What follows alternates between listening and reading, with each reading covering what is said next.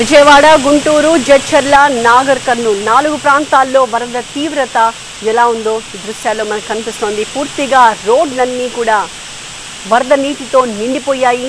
జనం వాహనాల మీద ముందుకు వెళ్లే పరిస్థితి ఏమాత్రం లేదు. చాలా జాగ్రత్తగా ఎక్కడ గుంతలుంటాయో, ఎక్కడ మ్యాన్ హోల్స్ తెరిచి ఉంటాయో తెలియని పరిస్థితుల్లో బిక్కుబిక్కుమంటూ చాలా జాగ్రత్తగా ముందుకు సాగాల్సిన పరిస్థితి మనకి కనిపిస్తోంది. వరద నీరు ఏకంగా ఇళ్ల లోపలికి, ఆఫీసుల లోపలికి ముంచెత్తేసిన వాతావరణం కూడా మనం గుంటూరులో చూస్తూ ఉన్నాము.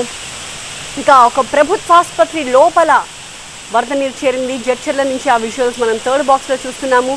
ఒక గవర్నమెంట్ హాస్పిటల్ లోపలికి పూర్తిగా వరద నీరు చుట్టుముట్టేసింది. దీంతో అందులో చికిత్స పొందుతున్న రోగులు తీవ్ర ఇబ్బందులు పడుతున్నారు.